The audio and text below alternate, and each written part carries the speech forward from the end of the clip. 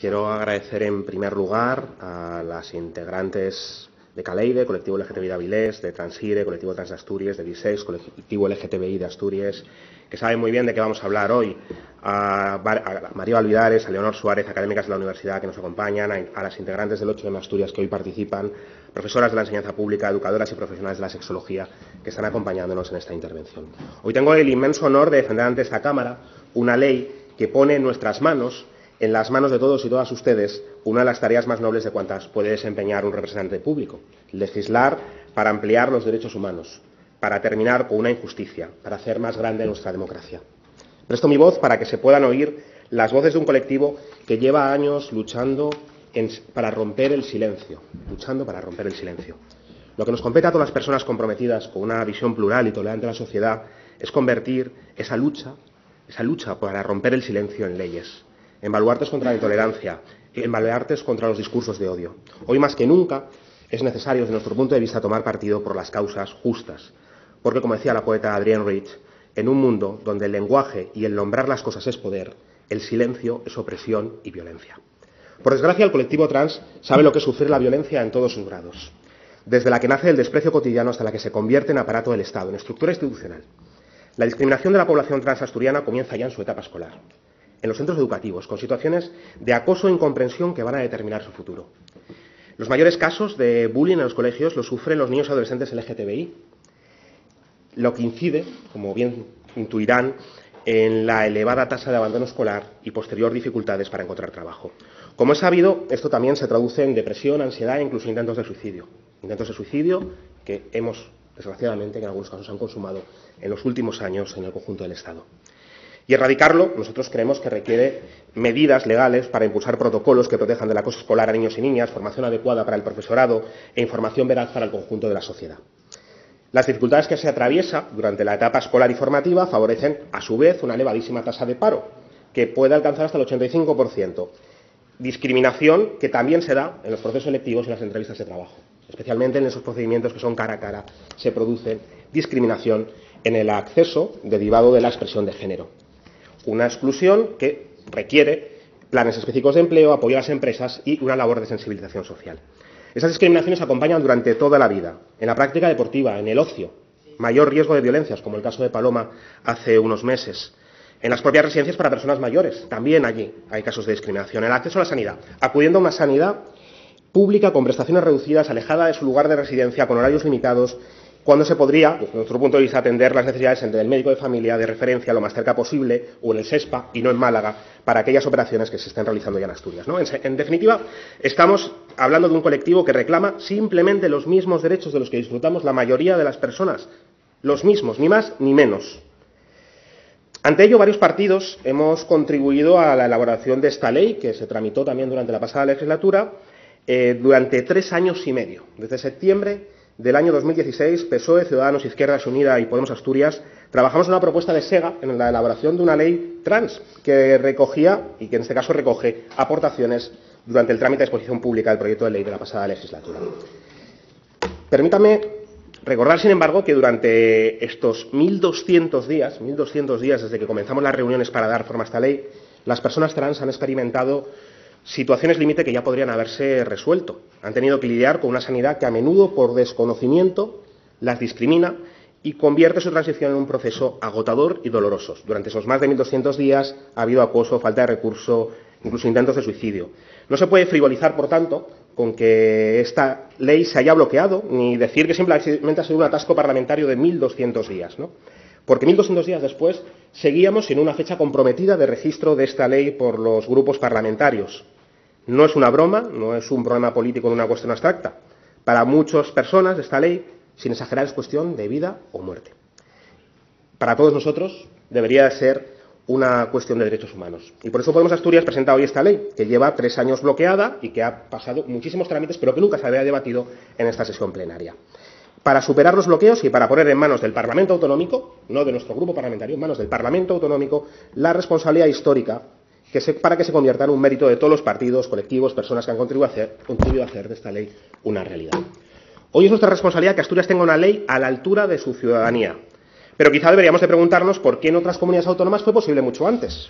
En 2009, primera ley integral trans de ámbito autonómico en Navarra. En 2012 se aprobaba la ley en el País Vasco. En 2014 se aprobaban las leyes en Andalucía, en Canarias, en Cataluña, en Galicia. En 2015 la ley llegaba a Extremadura. Andalucía y País Vasco ya desarrollaban protocolos y nuevos decretos para desarrollar aún más la ley. En 2016 la ley llegaba a Baleares, Madrid, Murcia, mientras Andalucía seguía avanzando con nuevos planes y procedimientos que también se impulsaban en Baleares, Navarra, Galicia, Aragón, Valencia. En 2017 Andalucía y Navarra ya actualizaban sus leyes. Valencia impulsaba la suya. Cataluña, Galicia, Murcia planteaban nuevos desarrollos. Y en 2018 Aragón y Valencia impulsaban nuevas leyes y Cataluña y Canarias impulsaban nuevos protocolos. Solo 4 de las 17 comunidades autónomas del Estado, solo 4 de las 17, Asturias, Cantabria, Castilla y León y Castilla-La Mancha, no tienen una ley autonómica trans. Y esto nos referimos cuando decimos que la situación asturiana es una excepción que es inaguantable un solo día más, una excepción que nosotros creemos que hay que solucionar. Es evidente que el contexto en el que nos encontramos en el 2020, muy evidente, no es el mismo que el de hace unos pocos años. De ahí la urgencia. En todo el mundo, también en nuestro país, avanzan los discursos de odio e intolerancia que atacan la pluralidad y que intentan que todas las personas encajen en los moldes de sus estrechas miras. El colectivo trans ha estado quizá más que ningún otro colectivo en la diaga de estos discursos de odio, que crean el caldo de cultivo social que después justifica discriminaciones, agresiones e incluso asesinatos. El odio promueve esa discriminación. Yo mismo, recordarán, es público, muchos de ustedes, participé en 2017 en una concentración ante la visita del autobús de Aztoir. Lo hice porque era representante público y tenía que dar la cara y decirle a las personas trans de Asturias que quienes ocupamos las instituciones no les íbamos a dar la espalda. Y lo que me hizo reflexionar de eso es que no podía depender ni debe depender de que un diputado vaya a una concentración a defender ningún derecho. No son los diputados individualmente, sino que es un gobierno, una ley, un país que tiene que decirles que está con ellos y que ellos también son parte de ese país. No es una persona, es un país, es un gobierno, es Asturias. Porque nosotros creemos que cuanto mayor es la diversidad, más se amplía la democracia. Cuando hay personas trans que trabajan como educadoras de 0 a 3, como sucede en Argentina, como sucede en Barcelona, creemos que se educa en mayor igualdad. Cuando los que conocimos como los hermanos Wachowski, después de dirigir Matrix, hicieron la transición y pasaron a ser reconocidas como las hermanas Wachowski, Lana y Lily, abrieron la puerta a nuevas personas trans guionistas, directoras o productoras, que reforzaron la calidad de nuestro cine y televisión. Cuando Carla Antonelli se convirtió en la primera diputada autonómica trans por el Partido Socialista y Aizola Araneta en la primera candidata trans a la alcaldía de Euskadi, en Donosti, nuestra democracia lanzó el mensaje de que representamos a más, no a menos gente.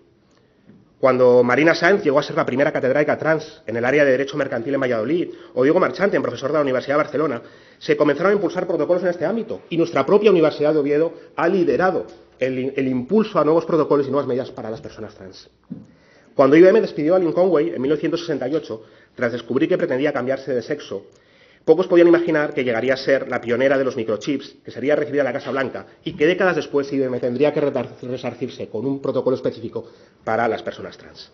Cuando Chelsea Manning arriesgó su libertad y su vida filtrando a Wikileaks las atrocidades de la guerra de Irak y fue encarcelada por ello, la democracia en nuestro planeta cambió para siempre, porque lo que eran traidores pasaron a ser héroes y heroínas por las libertades de todas las personas. Cuando decenas de personas trans lideraron las protestas de Stonewall, decenas, centenares, en primera línea, las primeras, pocas personas podían pensar que cada 28 de junio se iba a celebrar mundialmente y que serviría para que millones de personas que no eran trans avanzasen en sus derechos. Rompieron estereotipos, permitieron que otras personas entraran y se mejoró la sociedad en su conjunto, no solo sus vidas, la sociedad en su conjunto. Señorías, sabemos que hay discriminación, lo hemos dicho, es evidente, pero hay una buena noticia. La discriminación la podemos erradicar y los frutos de ello son hermosos. Tras mi intervención, y ya termino, desfilarán por esta tribuna representantes políticos que utilizan habitualmente esos mismos discursos de odio. Los mismos discursos de odio que en Polonia han instaurado provincias y ciudades libres de personas LGTBI. Tan cerca de aquí.